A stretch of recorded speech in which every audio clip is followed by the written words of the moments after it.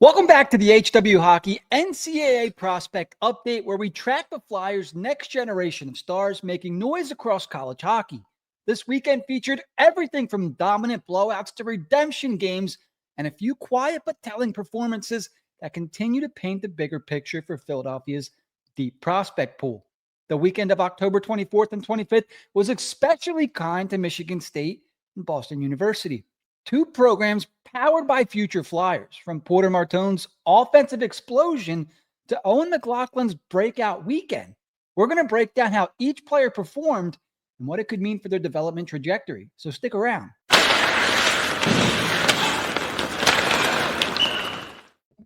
Michigan State looked unstoppable this weekend, sweeping Northern Michigan by scores of 4-0 and 6-2. The Spartans improved to 5-1 on their season, and a major part of that dominance was the play of Flyers prospect Porter Martone. The freshman phenom recorded a goal and an assist in both games, finishing the weekend with 4 points and extending his season total to 9, with 3 goals and 6 assists through just 6 games. Martone's game continues to mature beyond his years. His vision in the offensive zone is elite, and he anticipates puck movement before defenders can react. Both of his assists this weekend came from plays where he drew pressure and slipped crisp passes through traffic. His finishing touch was equally sharp, quick, deceptive releases that goalies barely had time to read. What stands out most, though, is that Martone's ability to control play without forcing it. He reads the ice like a veteran, and his balance on the puck makes him nearly impossible to strip in tight spaces. Meanwhile, fellow Flyers prospect Shane Van Saggy didn't record a point over the weekend, but his usage remains consistent. Van Saggy's responsible play away from the puck, especially on the forecheck, continues to earn the coaching staff's trust. While Michigan State's offense stole the show, Van Saggy's attention to details, clean zone exits, smart puck retrievals, and defensive reads are key to the team's structure.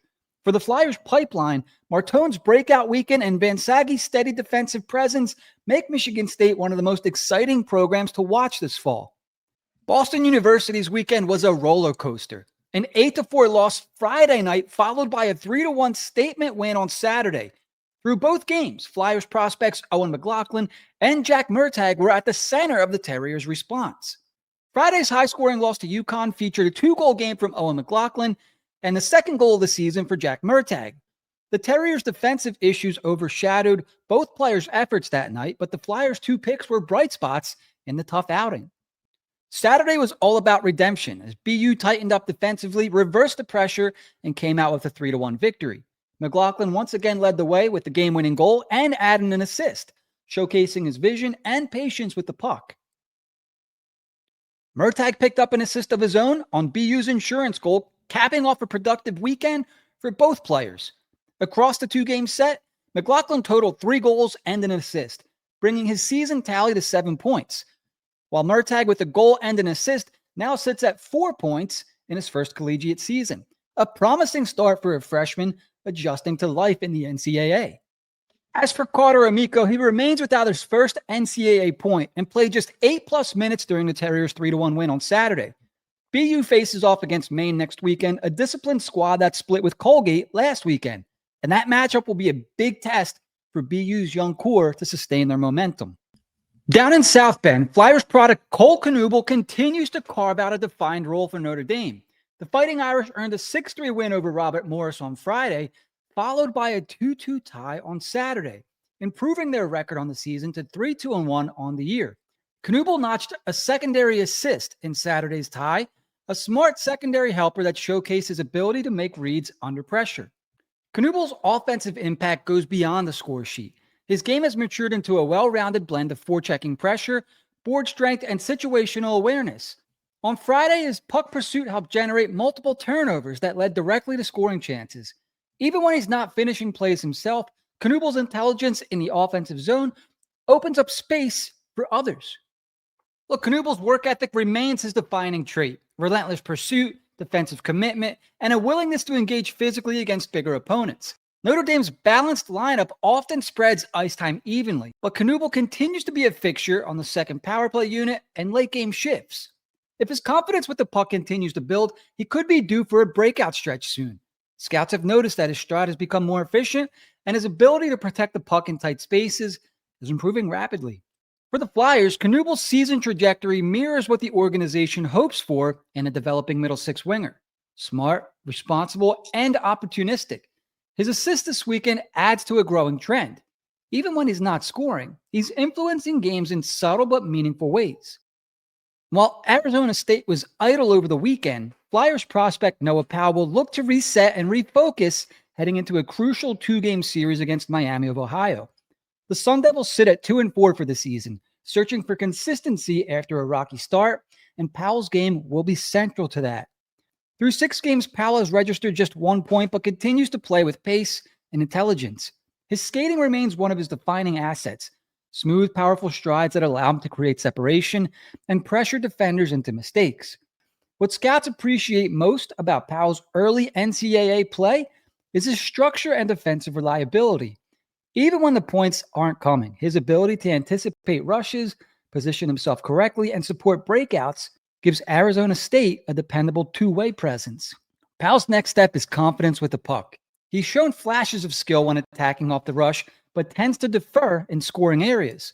The Flyers development staff will be watching this closely to see how he responds coming out of the off week, especially against the Miami team known for trapping and forcing turnovers. A strong showing in that series could set the tone for a second-half surge. For now, Powell remains a work in progress, but one with tools that, if refined, could make him a sneaky riser in the Flyers college pipeline.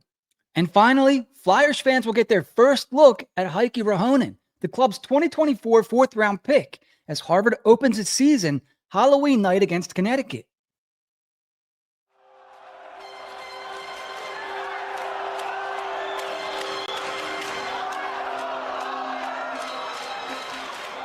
When you're on the ice, not a word really needs to be spoken. That was the beauty of being a Flyer. I've played with a lot of great teams, a lot of great players, but that was the closest group of teammates I've ever played with. In football, you need that quarterback to be special. In hockey, you need your goaltender to be special. And Pelly was just beginning to emerge as a player. Pelly wanted so desperately to be a star in the NHL. It's what he wanted most. Billy Lindbergh. Thank you, Bernie.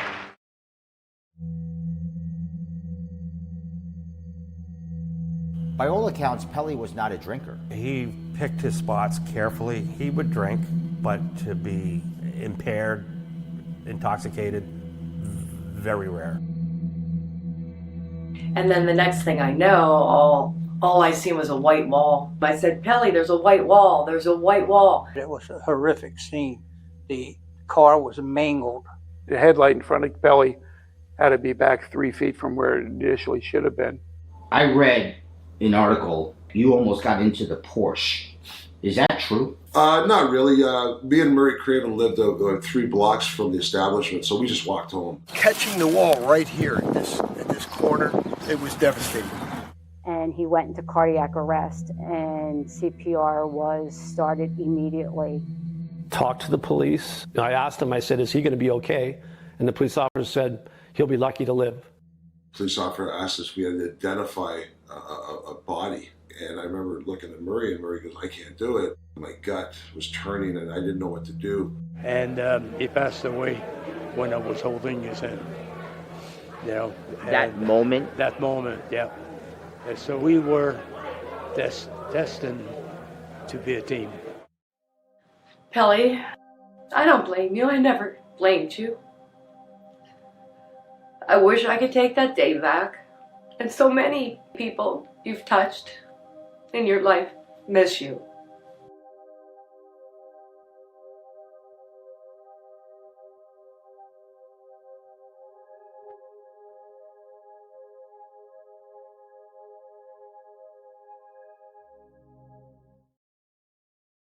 Ruohonen is a smooth skating centerman. He's been one of Harvard's most anticipated freshmen. His blend of mobility, awareness, and puck-moving ability fits perfectly into the Crimson's transition-heavy system. Scouts describe Ruohonen as a cerebral player, calm under pressure, confident with his outlets, and unafraid to activate offensively when lanes open. After a strong development season in Finland, this will be his first true test against college competition. For the Flyers, it's an exciting milestone. Another key prospect stepping into the college ranks with upside and poise.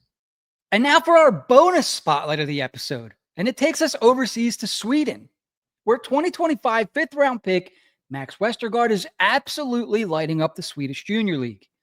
Through just 9 games with Frölunda HQ's J20 squad, an 18-year-old forward has posted 16 points, 4 goals, and 12 assists, placing him among the top producers in the league early on. But Westergaard isn't just racking up numbers, he's showing pro-level habits. Scouting reports from elite prospects and the hockey writers highlight his vision, anticipation, and high hockey IQ. He's a cerebral player, one step ahead of defenders, and creates offense through timing and positioning rather than flash. Coaches praise his effort away from the puck, strong back pressure, active stick, and smart spacing in transition. But what really jumps off the screen is how Westergaard manipulates the pace of play. He slows the game down when he needs to and slips deceptive passes into the slot. His first few strides are powerful, allowing him to separate along the boards and create lanes on the rush. He's also not afraid to engage physically, a detail that fits the Flyers' identity. At 6 foot and still filling out, Westergaard projects as a skilled middle six winger with two-way upside. If he continues producing at this clip and adds more strength, he could become one of Philadelphia's most intriguing European prospects.